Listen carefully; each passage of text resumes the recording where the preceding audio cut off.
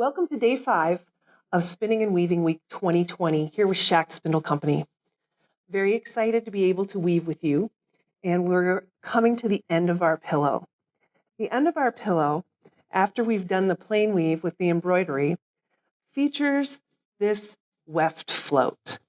Warp and weft floats are some of my favorite techniques, and I really enjoy showing you how to use them in your weaving to make these special effects. So I chose applied worsted yarn that's in a very similar colorway to the other yarns that I've picked. Hopefully it'll complement them nicely. I hope you have your yarn and you're ready to weave along.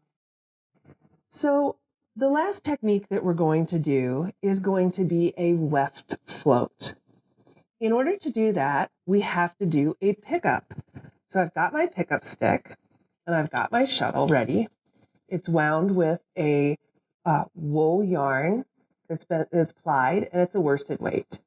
Now, with weft floats, it's a really fun place to pull out some of your novelty yarns.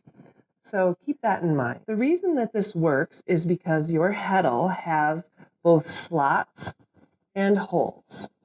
And the holes are manipulated in your upshed and downshed. They just are continually doing exactly what they're told. These threads that are in the slots, however, we can manipulate. And that's why we're going to start in the down shed, because when we have the heddle in the down position, all of the threads that pose themselves as up are the ones that are in the slots. This is important because those are the ones that we can manipulate. I'm going to use the same pattern that I used before on the warp floats by going over 2 threads, picking up a thread, over 2, pick up, over, up. And we're going to continue that way all the way across our warp.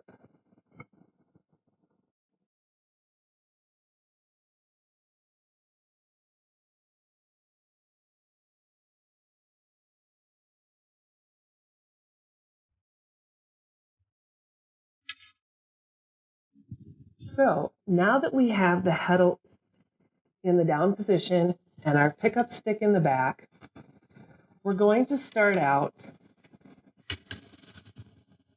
by weaving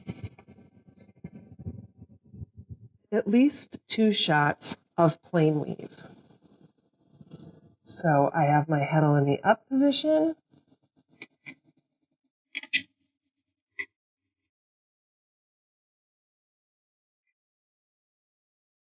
And if you remember how we start, I'm going to start the same way that I usually start. I'm going to find the outermost selvage warp. I'm still in that same up open shed. I'm going to go in and pull that thread out. I tend to put my threads at the front of my work so that I can stagger where I'm starting and stopping and not building up on one edge or the other.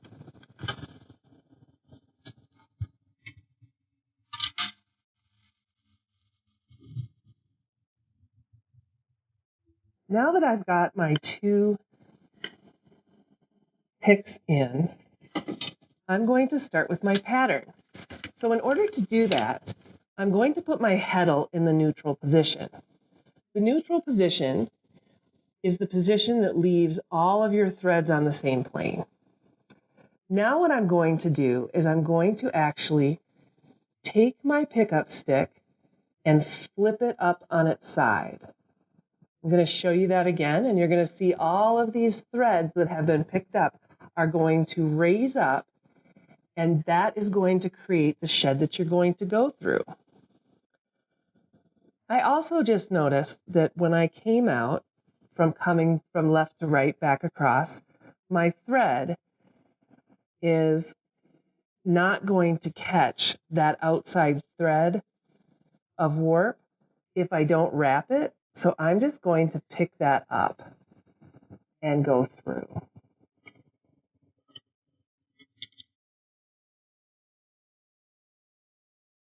I'm going to flip that pickup stick down, bring the heddle forward, put it into the down position. Now you can see where the floats are across the warp.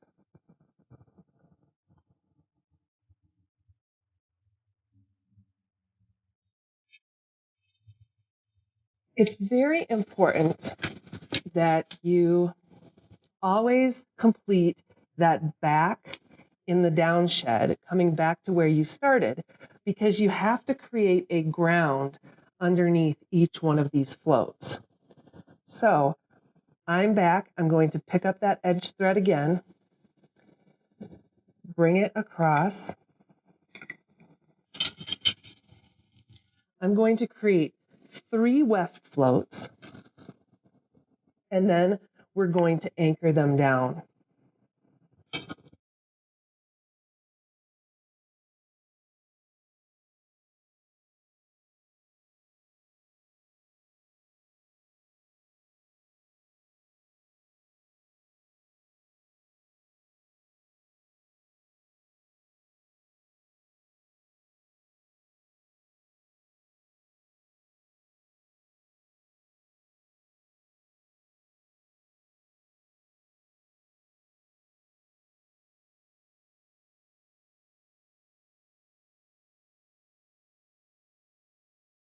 And we do that by putting the heddle into the up position, sliding the pickup stick back, and essentially doing 1 shot of plain weave.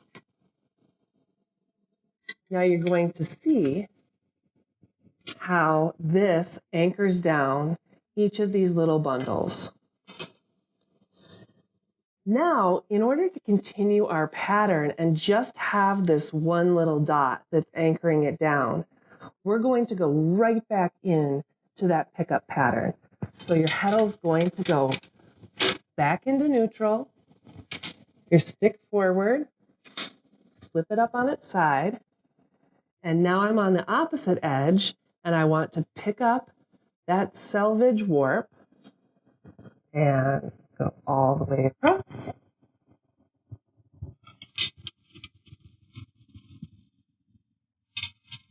And remember, it's important to always have that down shed going back across so that you can fill in the part that's underneath each one of your little bundles. So that was 1. And we'll do that for 3 more and then restart the pattern. So 2. Always have your down to create your ground. And I noticed I missed this thread on the outside edge. It's going to go back, pick it up, come across. So this one makes 3. Remember, pick up that edge yarn.